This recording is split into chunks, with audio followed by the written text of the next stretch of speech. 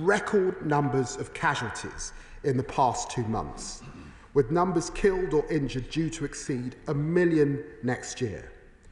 Russia is slashing welfare payments and raising interest rates to levels not seen in decades, all to fund more arms. And Russia has had to turn to Tehran. It's had to turn to Pyongyang as reserves of Soviet-era equipment and targets for Kremlin press gangs run low. This is not sustainable. The war is costing Putin dearly, all in a fight for land to which Russia has absolutely no right, and for which the Russian people are paying an enormous price. And the final truth, Mr. Speaker, Putin has no interest in a just peace. It is 1,000 days since his full-scale invasion, but over 10 years since he first seized Crimea and sponsored insurrection in the Donbass, and even longer that he has sought to meddle in Ukrainian affairs, all to further his own interests. Putin has a track record of violating past agreements. He shows no sign of wanting peace. He would seek to exploit any pause in fighting to win his troops a respite before resuming hostilities, as he did after the failed Minsk talks. Mr. Speaker, we underlie these truths because they must inform our strategy. If we want to see peace restored in Europe, we need Putin to see there is no route to military victory. We need to make the price he pays for his senseless war even higher. We need to remember the price we would pay for his victory would be higher still. We need Ukraine to stay strong, and so they need us to stay strong by their side. That is what this House wants us to do. That is what this government will do. That is what we call on our allies to do. Slava Ukraini. I commend this statement to the House. Shadow Foreign Secretary Dame Priti Patel. Mr. Speaker, I'm grateful to the Foreign Secretary for advance sight of his statement, and importantly to the government for making time to acknowledge and mark this absolutely tragic and terrible anniversary. I, like so many in this House, remember the early morning of that dark day in February in 2022, 1,000 days ago. As Home Secretary at the time, I recall that early morning call, being notified of Putin's illegal invasion of Ukraine. It was a day we had all feared, having seen Russian troops gather close to the border in several weeks beforehand, and over the previous decade since the invasion of Crimea and Russian support for the separatists in Donbass. The sovereign territory of a European nation had been violated, and as the Foreign Secretary has said, we've all watched the horrors unfold over the last 1,000 days, but we saw them very specifically in those early days as a Russian military machine advanced deeper into Ukrainian territory. I pay tribute to the heroism, the courage and the bravery of Ukrainian armed forces, and also to the people who have proudly defended their sovereign territory. Let us be in no doubt, Putin expected Ukraine to capitulate and for their government to fall. He thought that he could be an aggressive bully and bully his way into that territory.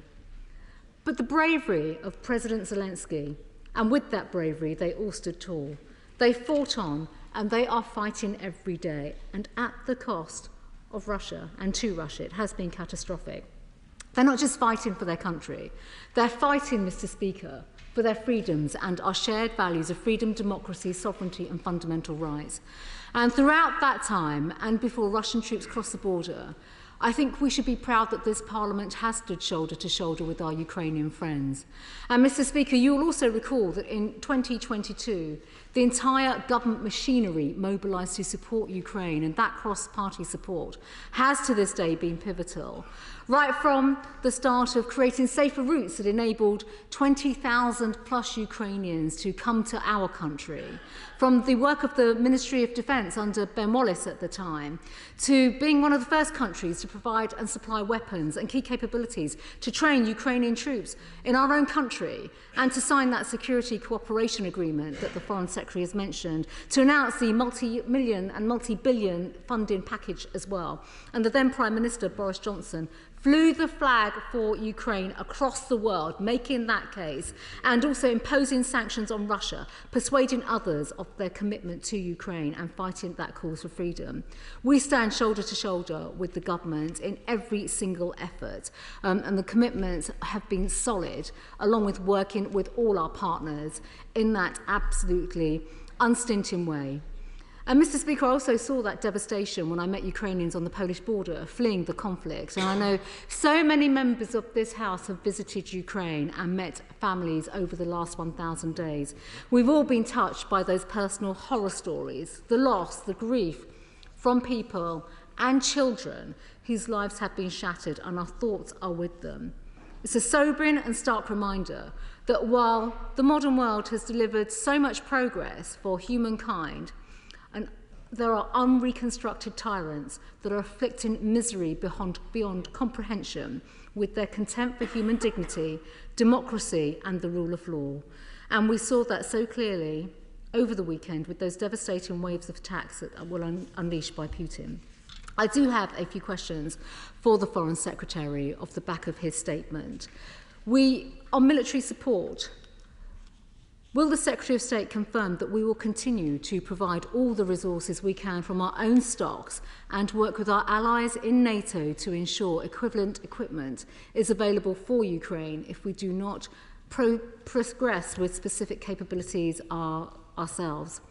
NATO countries, as we know, are able to leverage a collective GDP 20 times greater than Russia and a combined defence inventory many times larger than the Kremlin's. So there is nothing inevitable about Russia's victory in this war, and I know the Defence Secretary is on the front bench today as well, and he'll have views on that, but I think we'd welcome some indication as to what steps the government will take to replenish our stocks.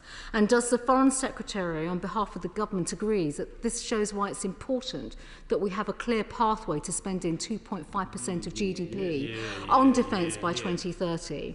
And beyond the provision of lethal aid and capability, can the Foreign Secretary give updates on his diplomatic activity and actions to further isolate Russia and address this influx of troops from North Korea? Exactly.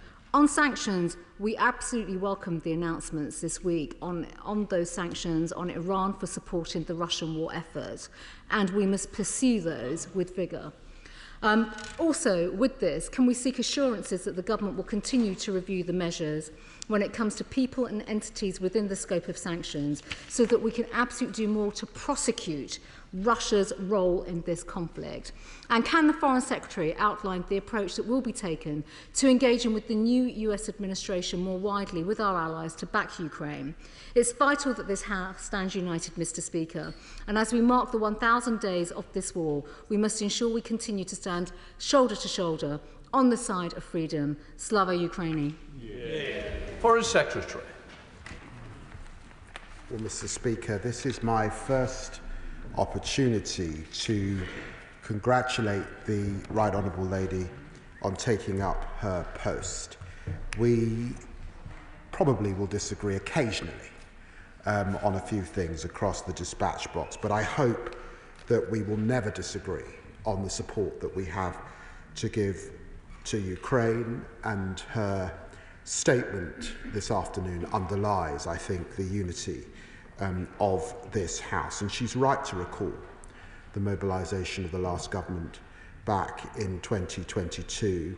I'm glad she reminded the House of the way that British people have been prepared to open their homes in record numbers to so many Ukrainians, and for her leadership of the department during that time. And she's also right to raise our military industrial capacity.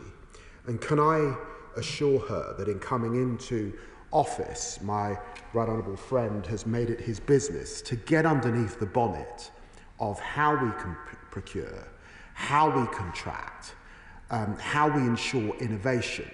Of course, British support is also driving immense innovation in Ukraine, which both I and the Defence Secretary have been able to see close up. It's something like a blitz spirit, which is quite incredible. It's a whole nation effort, and working in partnership, that can also drive innovation in our own system.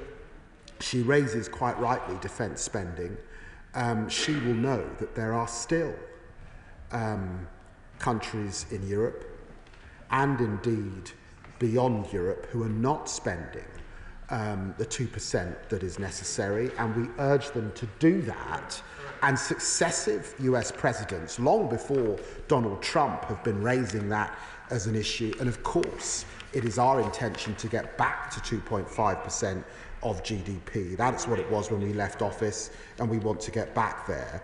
And I just remind her that in terms of military support, £7.8 billion this country is now committed to military support, and the Prime Minister has committed to provide £3 billion a year in military support for as long as it takes. She's right to raise the huge concerns about the DPRK. 10,000 North Korean troops are in Russia as we speak. This is a major escalation, and I have to say it has been noted deeply too in the Republic of Korea, because it links the Indo-Pacific to the Euro-Atlantic, which is a subject that, as she knows, our system has been concerned about for many, many years indeed, but this is a major escalation in relation to that. She's right also to raise sanctions. The UK has now sanctioned over 2,100 individuals and entities under the Russian sanctions regime. As I set out, the Russian shadow fleet I have gone after particularly. There is more to come. We will bear down heavily over the coming months and work with partners both in the United States and Europe to achieve that.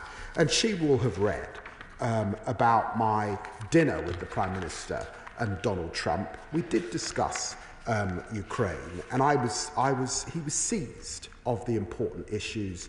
Donald Trump is a winner, not a loser, and I'm sure he wants to ensure that the West is on the winning side. Chair of the Select Committee, Emily Thornbury. Thank you very much, Mr. Speaker. Mr. Speaker, members of my committee and I have been meeting large numbers of Europeans, our friends and neighbours, not just Ukrainians, but also last week we met the foreign minister from Estonia, who told us that it was only a few hundred kilometres from his country where North Koreans were fighting on European soil. Yesterday we met Moldovan members of parliament who pointed out that Russian rockets had been in their airspace the night before. But from everyone, what we're hearing is that there is mounting concern about changes of leadership in the United States, potentially with elections happening in Germany, that there might be a challenge to the united support that we in the West have had for Ukraine over the last 1,000 days. What strategy does my right honourable friend have to ensure that we remain strong, to make sure that we understand, that all of us understand, that you defeated Ukraine and an emboldened Putin is a defeat for all of us? Secretary. Well, I'm grateful to my right honourable friend and obviously for her leadership on the Foreign Affairs Select Committee too.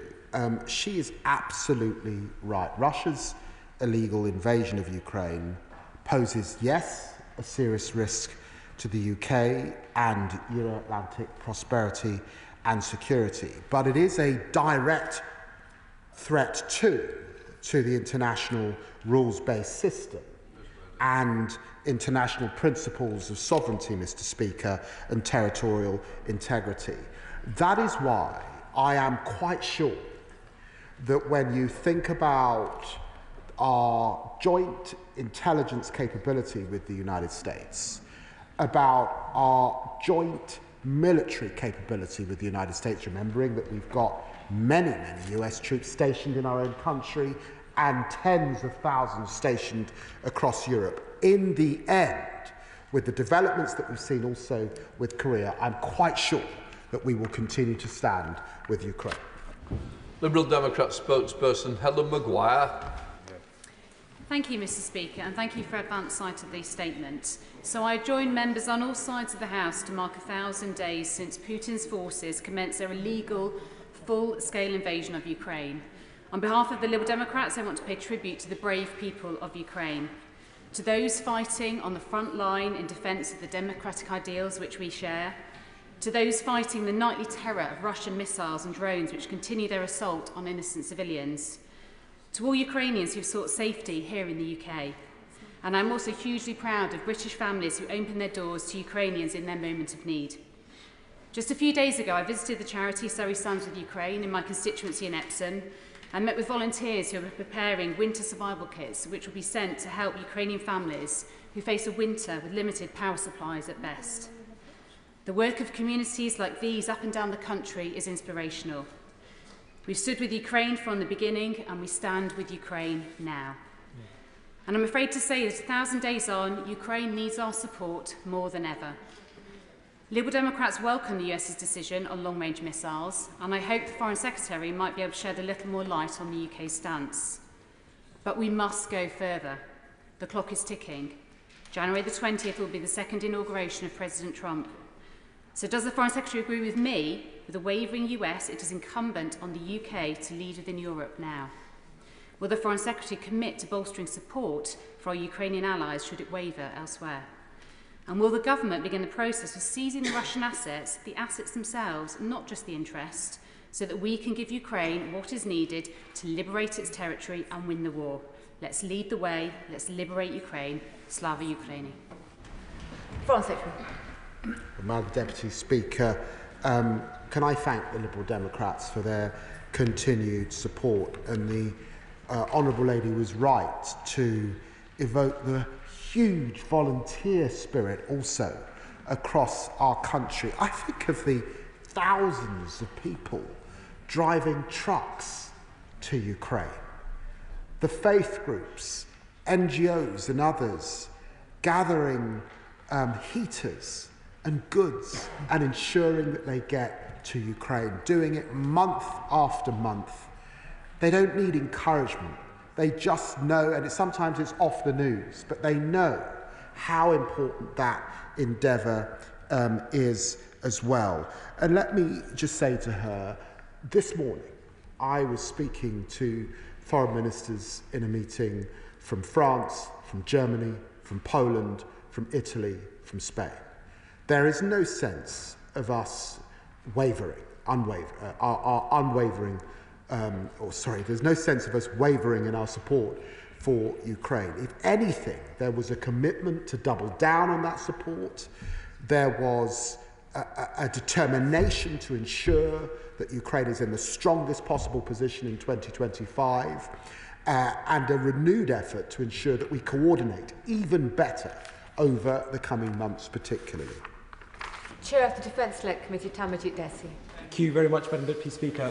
On this grim milestone of 1,000 days since the full-scale invasion by Russia, we mourn the deaths of the hundreds of thousands who have needlessly been killed and injured because of Putin's decision to invade a democratic nation. I met recently with the Ukrainian ambassador, General Zaluzny, and also separately with a delegation of Ukrainian MPs who are very, very grateful for our solidarity, but they also have some concerns. The government has rightly provided strong support to our allies, but after the escalatory deployment of North Korean troops on European soil and the constant bombardment of Ukrainian communities by Putin, what conversations has my right honourable friend, the Foreign Secretary, had with the Prime Minister and the Secretary of State for Defence about lifting restrictions of the long-range Storm Shadow missiles for their usage by Ukraine? Well, Madam Deputy Speaker, this is my first opportunity to congratulate my good friend on becoming chair of the Defence Select Committee. He asks a question that's in the news at this time, and obviously we continue to discuss with Ukraine and international partners how best to support them going into winter. But I know he will understand that I have nothing new to say on this, because I'm not going to get into operational decisions that would be a gift, frankly, to Putin. We've gifted military aid to support Ukraine's right to self-defence against Russia's illegal attacks in accordance, as he would expect, with international humanitarian law. Previous Chair of the Foreign Affairs Select Committee, Alicia Kearns. Thank you, Madam Deputy Speaker. It is 1,000 days when Ukraine has been fighting for Europe's freedom, but it is over 3,900 days that Ukraine has been under attack and under invasion. 3,900 days of bravery, of terror and of loss. I would like to pay tribute to the Honourable Lady on the Shadow Front Bench for all she did to create the Homes for Ukraine programme when many thought it an impossible thing to do. Consistently, though, Ukraine has been underestimated and Russia overestimated, militarily, economically and beyond. We all know here that personalities matter, and as the Foreign Secretary said, we know that Trump likes winners. The US government, the new US government's leader, Trump, needs to see success and victory for Ukraine as a personal victory for him. So what is the Foreign Secretary doing to make sure that Trump sees it in those terms and no other? Foreign Secretary. Well, I'm grateful to the Honourable Lady for her work previously on the Foreign Affairs Select Committee, and we were able to work together quite well when I was in my shadow opposition role. She's right to say we've actually got a job to do now. One American president at a time is the mantra. We've got another 8 weeks, and Ukraine is going into a winter, and it may well be a bitter winter.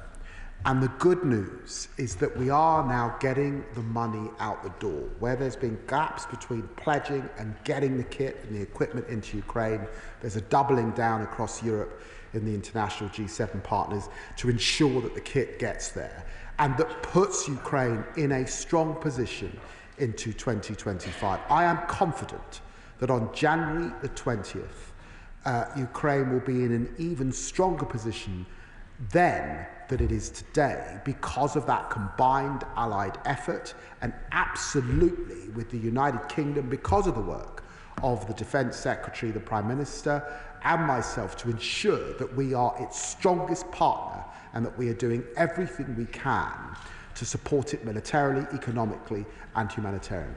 Five bets. Madam Deputy Speaker, could I thank my right honourable friend for his statement, and indeed thank him and our right honourable friend, the Defence Secretary, for the joint leadership they have shown on this matter. The key issue, as far as I can see, is the shipment of oil. Oil is the lifeblood for Putin, and financing his illegal activities, and sanctions are the way that we've got to stop that.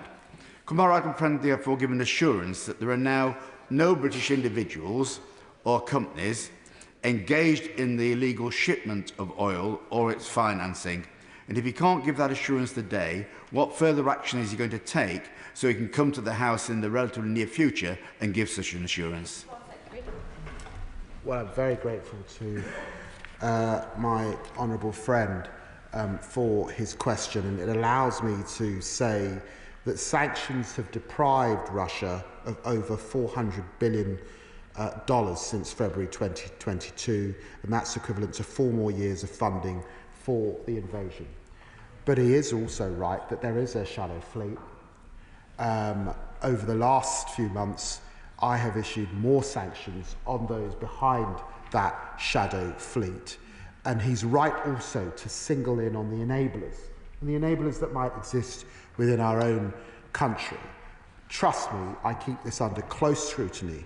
There is more to come, I suspect, over the coming days. He's absolutely right to make it crystal clear that we cannot have UK businesses, enterprising individuals supporting Ukraine, supporting Russia in their war effort. Sir Gavin Williamson. Thank you, Madam Deputy Speaker. I'd like to welcome the statement from the Foreign Secretary, but I would like to push him on the issue that was highlighted by the Chairman of the Defence Select Committee. Britain has continuously led the way, right from the start, whether it's the provision of Javelin, whether it's the provision of main battle tanks, whether it's been leading the arguments about fast jets. And reading the newspapers, I would have believed that the Foreign Secretary had been leading the way in pushing for Storm Shadow to be used in Russia. Now, the Foreign Secretary dismisses it and says, well, this isn't to be discussed. But when are we going to hear from the government that the Ukrainians are going to have the ability to use Storm Shadow on targets in Russia? Is it going to be next week, next month, next year? Because the Americans are shaming us. We shouldn't be shamed. We should be leading. Secretary. Well, look, I understand the strength of feeling that the right honourable gentleman is demonstrating in the House, and why, as a backbencher, he's doubling down on this issue. What I think he'll see from this government is actually we have led and continue to lead in those debates right across our allies. But he will also understand that we do need communication discipline on these issues. That is what we see with our opponents in Russia, in the DPRK, and in Iran. And therefore, I lament a little some of the debate that we read across the newspapers.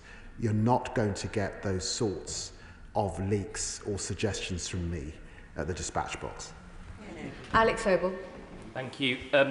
As chair of the Ukraine Group in Parliament, I'd first of all like to thank the Foreign Secretary and the Defence Secretary for all their staunch work in support of Ukraine.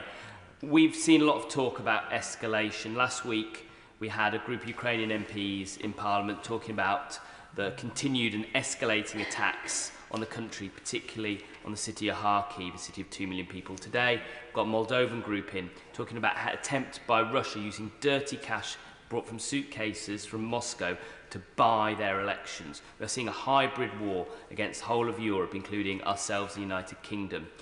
The threats of escalation by the Kremlin are happening, irrespective of the action of the United Kingdom or any other country. North Korean troops are in Ukraine now, fighting on European soil. I want the Foreign Secretary to reassure me that whatever the threats from the Kremlin, our support will be unstinting, and we will not stand back from supporting Ukraine's right to self-determination. Secretary. Well, can I thank my honourable friend for all that he is doing on the all-party group on Ukraine and to champion their cause in this Parliament and beyond this place, for the visits that he's made and the updates that he's been able to give me over the last few years. He raises a number of issues, and I want to assure him that we are alongside him and we continue to be alongside the Ukrainian people. But he does raise one issue, Madam Deputy Speaker, which I think is important, that hasn't come up so far. And it's, of course, the malign activity of Russia and the hybrid threats that they're engaged in right across the region. And one country, particularly Moldova, is on the front line of Russian hybrid threats. And the interference in their elections has been entirely unacceptable. And we stand in solidarity with them, and we will continue to support them against the threats to journalists, the disinformation, and the other extreme examples that they're receiving at this time from the Russian regime. Stephen Gethin.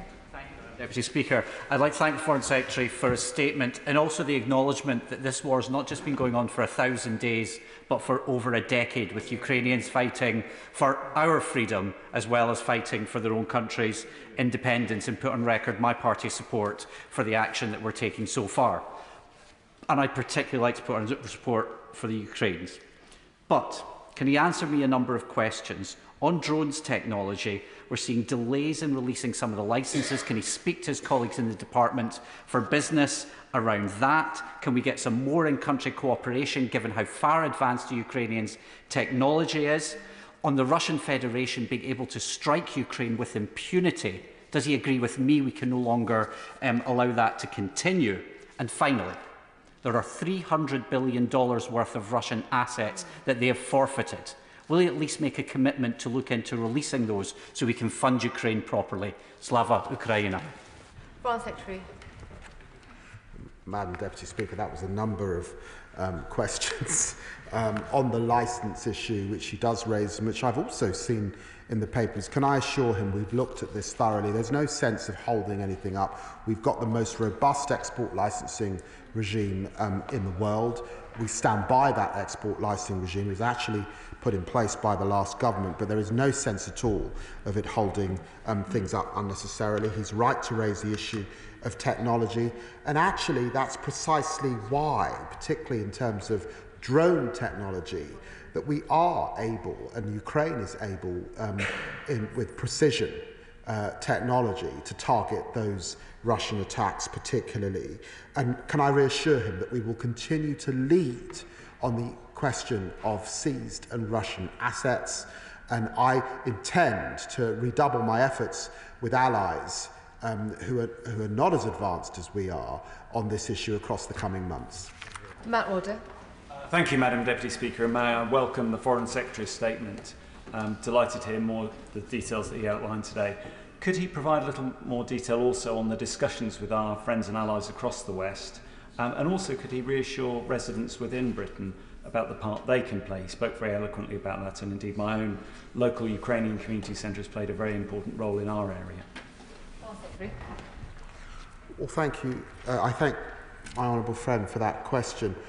I'd want to say to the British people that they should take heart that this Parliament is speaking with one voice, and they should take heart that actually, if we can get through 2025 and this country has done all it can to ensure that militarily and economically Ukraine can get through 2025, and we've pushed and nudged our allies to ensure that we're in that place, then things get a hell of a lot tougher for our Russian opponents. And therefore, I think in thinking about that winter, all that they have been doing to send equipment over to Ukraine where they can, to support Ukrainians in this country. It is tough for Ukrainians at this time in Ukraine. There are still people leaving the country for obvious reasons. All that effort is not in vain. It's hugely, hugely important, and I'm hugely, hugely grateful. Andrew Morrison. Thank you, Madam Deputy Speaker. Despite the Foreign Secretary's congratulatory assessment, the fact remains that Russia is running rings around Western sanctions, and that it is using black and grey fleets to threaten the global maritime order. I've heard nothing from the Foreign Secretary about what he intends to do about that. Could he enlighten us? Foreign Secretary. I don't take issue that there are still gaps, there are still holes, and Putin has been very clever in attempting to get round those sanctions that I put in place. But on the 17th of October, we sanctioned a further 18 oil tankers in the Russian Shadow Fleet, bringing the total number to 43.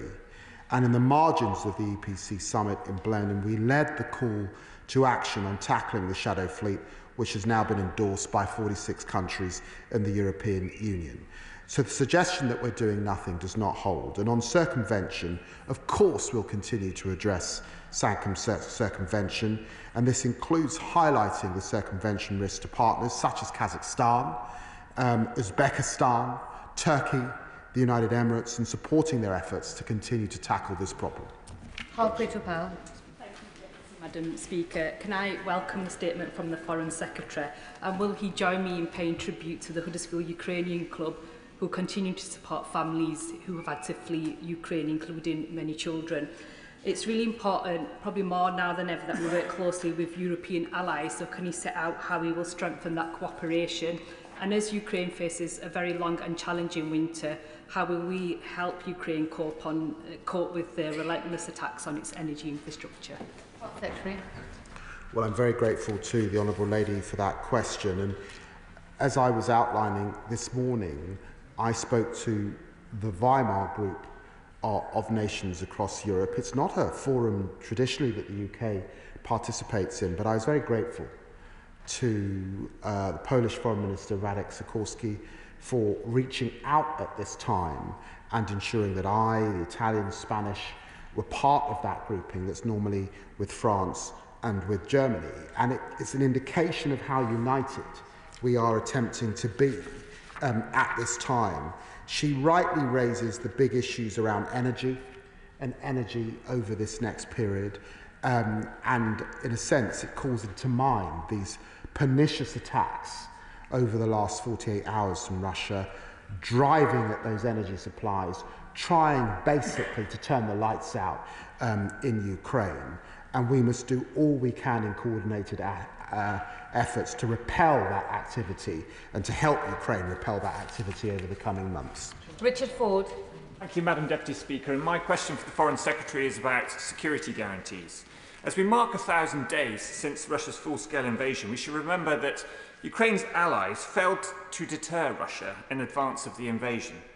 I do understand why a country at war cannot be admitted to NATO, but we must not ever again offer some meaningless paper pledge that was the Budapest Memorandum. Here.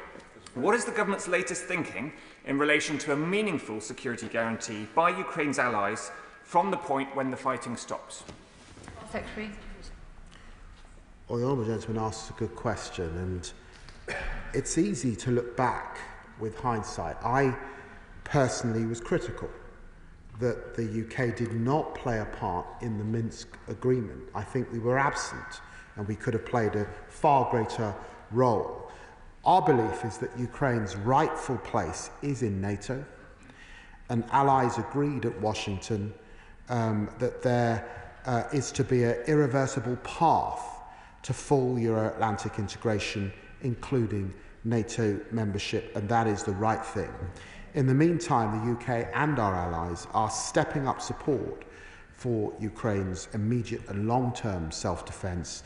And of course, he's right. We must ensure, and this war will end one day, we must ensure that it cannot continue again or start again, and that will mean very serious security guarantees for Ukraine. Sam Colling. Thank you very much, Madam Deputy Speaker, and may I thank the Foreign Secretary and members across the House for the very strong cross-party support for Ukraine that has been shown over recent years and no doubt will continue to be shown.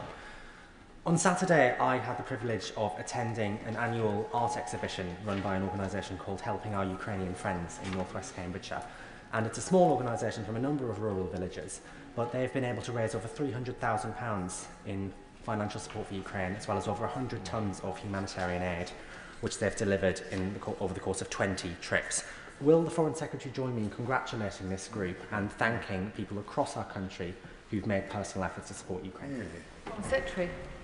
Well, I'm very pleased to have the opportunity to reply to the Honourable Gentleman, because I was once the baby of the House, much thinner, much better looking, but I remember sitting in his place 25 years ago, and he's absolutely right. The volunteer spirit across this country, Madam Deputy Speaker, has been extraordinary. People making so many missions to Ukraine, facing danger, going into Poland to support on the borders. It's quite incredible, and of course, I congratulate all those in his constituency for the work that they have done. Sir Bernard Jenkins. Thank you, Madam Deputy Speaker. Can I thank the Foreign Secretary for his statement, but I can't hide my disappointment that he's got nothing to say about freeing the hands of the Ukrainians to use our long-range missiles. How can he lament the attacks on Ukrainian infrastructure when he won't allow the Ukrainians to use our weapons to strike back and retaliate? He says all the time, we're doing all we can, but we're not. We're now foot-dragging. We used to lead, now the Americans are in the lead. Can I invite him to change the paradigm of this war and lead from the front by setting an example, as my right honourable friend, the former Defence Secretary, described, as we did in the past? Otherwise, he's foot-dragging, not leading. Foreign Secretary. I'm not foot-dragging, Secretary, by the right honourable gentleman. We are leading, but we must be careful not to discuss in details these plans across this House. We mustn't abuse, and I say this very gently, we mustn't abuse the fact that this is a democratic chamber that Putin and others pore over. Trust me, we are leading in that debate. We want to put Ukraine in the strongest possible position. I was discussing this with the Ukrainian Foreign Minister just yesterday in New York. I will meet with the Ukrainian ambassador after this. We will ensure that they are in the strongest possible position. Joe Powell. Thank you, Madam Deputy Speaker. Can I thank my right honourable friend for his personal and relentless leadership on sanctions against those aiding and abetting Russia's illegal invasion.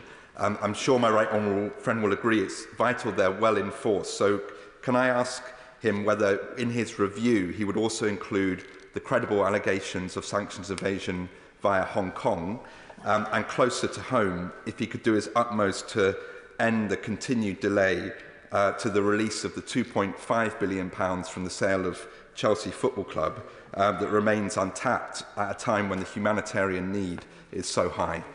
Foreign Secretary. Well, can I thank my honourable friend for that question and for his continued work. We are committed to strengthening sanctions enforcement through the October launch of the new Office of Trade Sanctions Implementation. We've introduced new civil monetary penalties for certain trade sanctions breaches and the ability to make details of breaches public too. Yes, we will look at the situation in relation to those entities in Hong Kong. I saw that he raised the issue of Chelsea Football Club in questions to the Defence Secretary just a few weeks ago, and again I can confirm that that remains very definitely in view. Gregory Campbell. Thank you, Madam Deputy Speaker. I welcome the Foreign Secretary's statement. In the statement, he said that we would provide £3 billion a year in military aid this year, next year and every year it is needed, and that is very much welcomed, I'm sure, not least in Ukraine. But I would have thought what they would equally welcome is the fact that 8 weeks from today, there will be a new administration in Washington. They need assistance now, because Putin will probably not pay a price in 8 weeks' time, because all of the soundings that has come out from Washington. They need help now to hit back at Putin now. Foreign Secretary. What can I say to the honourable gentleman? The point he's made is precisely the point I made to European allies this morning. I didn't have a Northern Ireland accent, but believe me, I made the point as forcefully as he's just done. Steve Race. Thank you, Madam Deputy Speaker. I just want to put on record my thanks to the hundreds of Exeter and Devon families who have played host to over 500 Ukrainian families over the past 1,000 days, and also to those Ukrainian families for bringing such life and vitality to the city and sharing their culture with us so readily. Can I ask the Secretary of State what the government is doing to strengthen European cooperation in support of Ukraine as it heads into this very bitter winter? Foreign Secretary. Well, I'm very grateful to the Honourable Gentleman. It was very important for me to be at the Foreign Affairs Council for Europe in Luxembourg. It was important for me to go back. The meeting I was in this morning was also important, and the first time for a UK Foreign Secretary. We're serious about that reset with the European Union and our European partners. This is a time for more multilateralism, not less. Vicky Slade. Thank you, Madam Deputy Speaker. I refer you to my register of interests. I host a Ukrainian refugee in my home, alongside many other residents of Mid Dorset and North Poole, and I want to publicly thank them for opening up their homes and for the contribution made by those families that are joining them. They were telling me this weekend, over a cup of tea, that they're really afraid that they are never going to be able to go back home. And they are terrified for their parents and grandparents who are stuck in a living hell in Kherson. They do not think they will ever leave, and they think they will be forever living under occupation. What assurance can the Foreign Secretary give to those people who are living here that we will extend their visas for as long as they're needed, and that if necessary we will allow their families to travel to join them? Foreign Secretary. Well, thank you to the Honourable Lady for all that she is doing and for championing these issues. The United Kingdom is preparing to sign a 100-year partnership with Ukraine. That is the nature and the depth of the relationship we are setting out with the Ukrainians over the years to come. And that partnership, that support, that standing with them will survive all parliamentarians, even the baby of the House currently in this chamber today. And that is the reassurance. This is a great country. It's a great privilege to stand at this dispatch box as Foreign Secretary. You wear that aware that others have stood here and stood up to tyranny. We will continue to do that, and you must reassure them that they will prevail. Final question, Iqbal Mohammed. Thank you, Madam Deputy Speaker. I welcome the statement from the Foreign Secretary.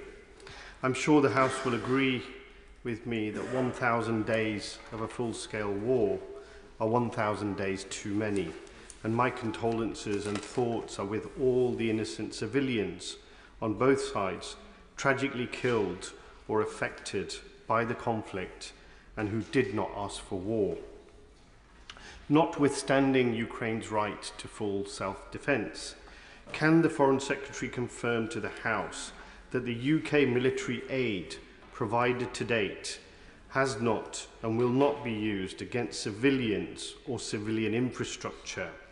And will he assure the House that any decision on permitting the use of Storm Shadow missiles will ensure the safety of civilians and be in compliance with international law?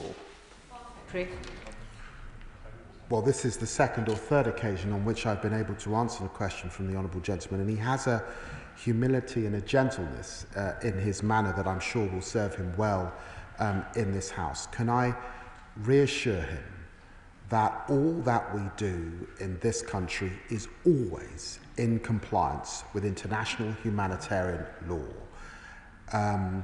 The modern architects of this country on both sides of the House gave us the rules-based system.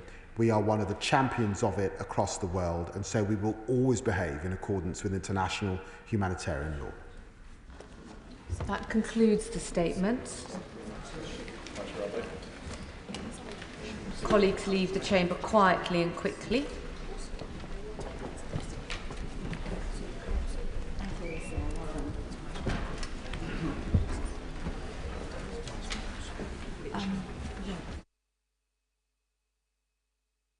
I now come to the 10-minute rule motion. I call Daniel Francis.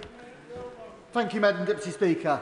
I beg to move that leave be given to introduce a bill to make provision for the accessibility of air travel for disabled passengers. I'm seeking to introduce legislation to create stricter regulations for airports and airlines to ensure they can facilitate the smooth journey of disabled passengers to enter the airport, navigate security, board the aircraft and have a safe journey before disembarking at their destination. The bill also aims to grant the Civil Aviation Authority, the CAA, greater powers to fine airports and airlines for not complying with regulations to accommodate disabled passengers, to provide adequate compensation to them and to promote further accessibility in future development in the aviation industry.